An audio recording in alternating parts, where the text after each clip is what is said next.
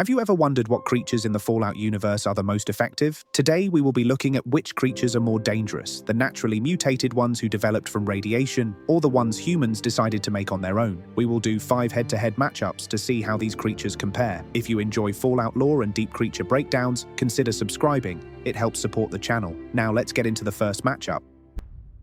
Mirelurks are an interesting creature because their origin may have started even before the Great War. Long before the bombs fell, massive amounts of industrial and corporate waste were being dumped into America's rivers and oceans. Marine ecosystems were already collapsing, and certain crustaceans began reacting to it. Crabs and lobsters started growing larger than normal, reproducing faster, and adapting in ways scientists didn't fully understand. Researchers were concerned these creatures could overwhelm food supplies and destabilize coastal ecosystems. They weren't the monsters we know yet, but they were changing. When the bombs fell, nuclear fallout contaminated the water, and that mutation process accelerated. Radiation pushed their growth, armor development, and reproduction into overdrive. What emerged were Mirelurks as we see them today, heavily armored, extremely aggressive, and capable of spreading at alarming rates. Adult Mirelurks develop thick, hardened shells that cover most of their bodies, turning them into living tanks that can shrug off small arms fire. Any settlement built near water is at constant risk. If there's a shoreline swamp or flooded ruin nearby, Mirelurks are almost guaranteed to be there. They spread quickly, dominate their territory, and are extremely difficult to remove once established. Mirelurks lay eggs in shallow water, wet soil, and underground nests, and those eggs are everywhere. Disturb a nest and hatchlings will pour out in swarms, overwhelming anyone nearby. Mirelurks come in multiple forms, each filling a specific role. Larger variants stay close to nests and act as defenders. Hunters can spit corrosive acid from long distances, melting armor and forcing enemies to retreat. Kings are faster, more aggressive, and capable of standing upright. Shorelines controlled by Mirelurks become nearly impassable, making trade routes dangerous and travel unpredictable. And when comparing natural mutations to engineered threats, everything ultimately leads to the Mirelurk Queen. Queens are massive, heavily armored creatures capable of tanking incredible amounts of damage. Their acid attacks are devastating, and they can engage targets from range while continuing to spawn reinforcements mid-fight.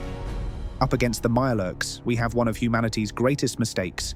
Super mutants are the result of the forced evolutionary virus, a pre-war experiment designed to create stronger, more resilient humans. The idea was to eliminate weakness entirely. What scientists got instead was something uncontrollable. When humans are exposed to FEV, their bodies are radically altered. Muscle mass increases, bones thicken, and organs become far more resistant to damage. The process also dramatically extends lifespan, making super mutants incredibly hard to kill. But there's a cost. Most subjects suffer severe cognitive damage, losing memory, emotional depth, and higher reasoning. What remains is aggression, instinct, and a constant drive to dominate. After the Great War, abandoned FEV research facilities became breeding grounds. Super mutants spread by capturing humans and forcibly exposing them to the virus, turning settlements into supply lines for more bodies. Once they establish territory, they fortify it, patrol aggressively, and attack anything that moves. They use heavy weapons, improvised armor, and sheer numbers to overwhelm enemies. They win through endurance and pressure. Small arms fire barely slows them down, and their pain tolerance allows them to keep fighting long after most creatures would collapse.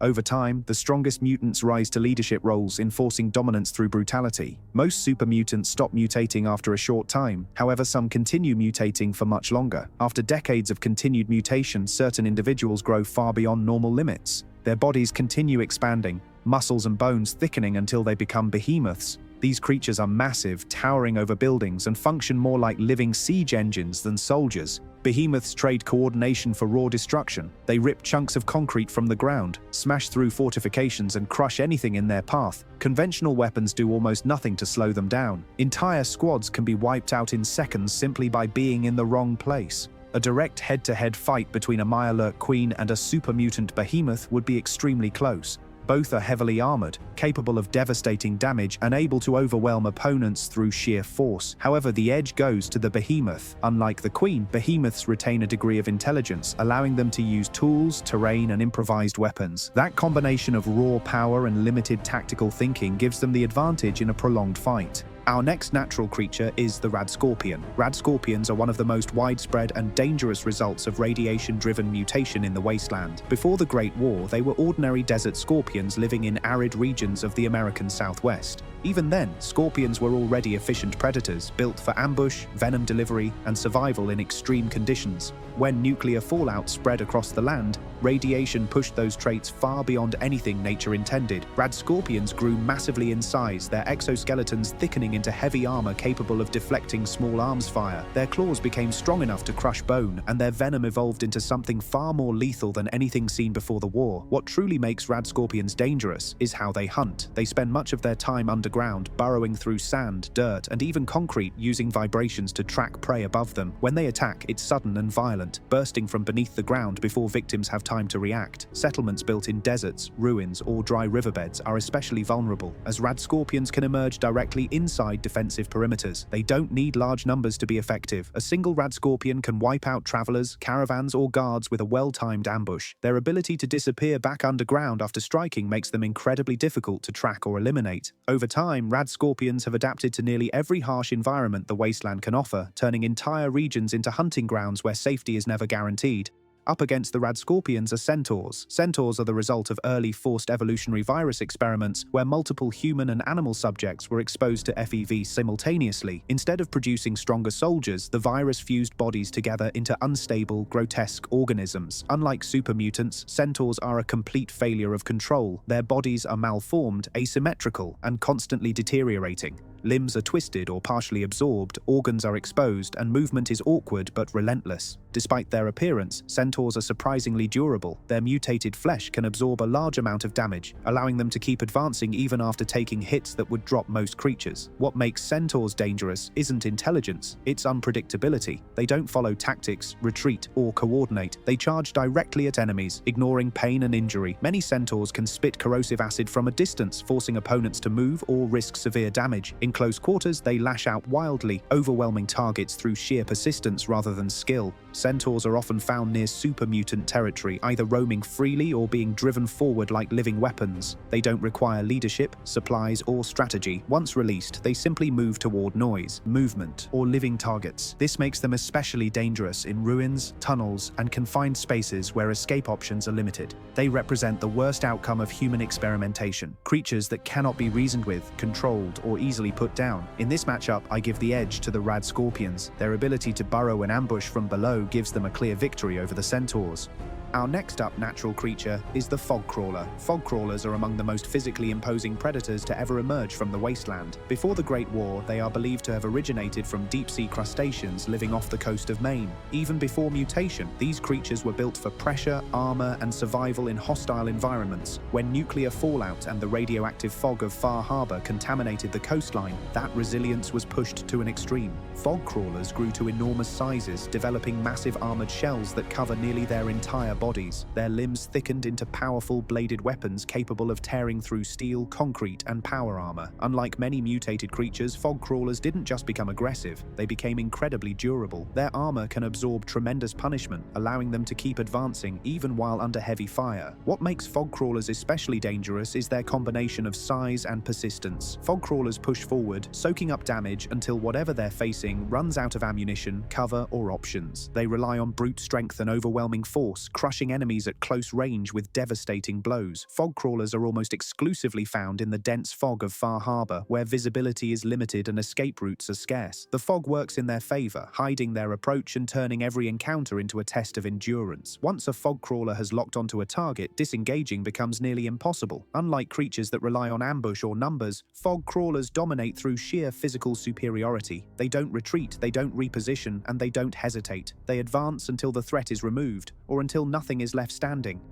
Up against the fog crawlers, we have one of the wasteland's most infamous predators, the Deathclaw. Deathclaws weren't created by radiation or chance. They were engineered before the Great War by the United States military as a biological weapon meant to replace human soldiers in close-quarters combat. Scientists combined genetic material from multiple species, starting with reptiles for durability and adaptability, then enhancing them with traits from large predatory animals to increase strength, speed, and aggression. What they created wasn't just a mutant, it was a purpose-built killing machine. After the bombs fell, fell, Deathclaws escaped containment and were released into a world that could no longer control them. Instead of dying out, they adapted rapidly. Deathclaws spread across the wasteland, reproducing quickly and establishing territories wherever prey was plentiful. Their bodies are built for combat, with thick hides that can resist gunfire, massive claws capable of tearing through armor, and enough strength to rip enemies apart in seconds. What truly separates Deathclaws from most creatures is their intelligence. They don't just charge blindly, they stalk, ambush, and learn from past encounters. They use terrain, strike from unexpected angles, and retreat if necessary, only to attack again when the odds favor them. This combination of raw power and tactical awareness makes them extremely difficult to deal with, even for well-armed groups. Deathclaws don't need numbers to dominate an area. A single individual can wipe out caravans, settlements, or patrols if left unchecked. Over time, they've proven capable of thriving in nearly every environment the wasteland has to offer, cementing their place at the top of the food chain. Deathclaws would win this matchup because they combine raw strength with intelligence, something fog crawlers completely lack.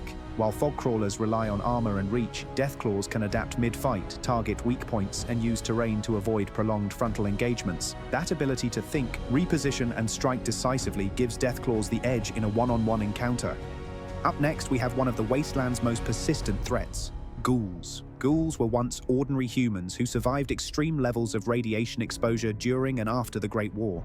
Instead of dying, their bodies adapted in a twisted way. Skin decayed, hair fell out, and organs were damaged, but their cells became unusually resistant to radiation. Many ghouls stopped aging almost entirely, allowing them to survive for centuries in environments that would kill normal humans. Despite their appearance, non-feral ghouls retain their intelligence, memories, and personalities, often living alongside humans while enduring constant discrimination and mistrust. However, prolonged radiation exposure doesn't affect every ghoul the same way. Over time, some ghouls begin to lose higher brain function. Memories fade, speech disappears, and instinct replaces reason. This process eventually creates feral ghouls. Ferals are driven purely by aggression and hunger, attacking anything that moves. They feel little to no pain, allowing them to absorb massive amounts of damage while continuing to fight. Many move with unnatural speed, swarming targets and overwhelming them through sheer numbers. What truly makes ghouls scary is how many different forms they can take. Glowing ones are heavily irradiated ferals that emit dangerous radiation, healing nearby ghouls while damaging enemies just by being close.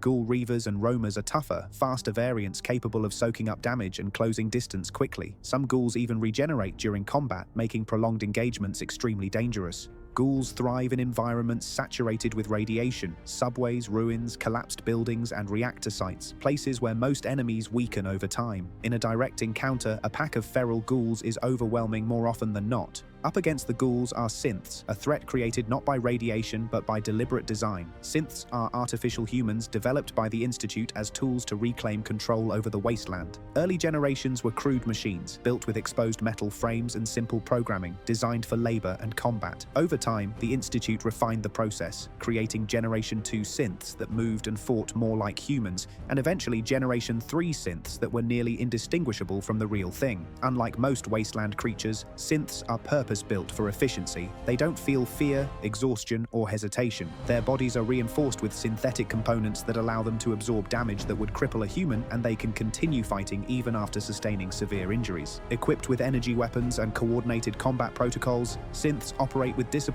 rather than instinct. What makes synths especially dangerous is their consistency. They don't panic, retreat randomly, or break formation. They advance methodically, covering each other and maintaining pressure until the threat is neutralized. In groups, they function like a military unit, overwhelming enemies through coordination and sustained firepower. However, against threats that don't slow down, don't fear injury, and don't fight like soldiers, synths face a kind of combat they were never truly built to handle. In this matchup, ghouls come out ahead because they fight in ways synths aren't designed to counter. Feral ghouls are fast, unpredictable, and swarm relentlessly, overwhelming synth targeting systems and formations in tight spaces. When stronger variants like glowing ones enter the fight, their radiation output and regenerative abilities turn prolonged engagements into a losing battle for even well-armed synths. So, what creatures do you think are the most effective?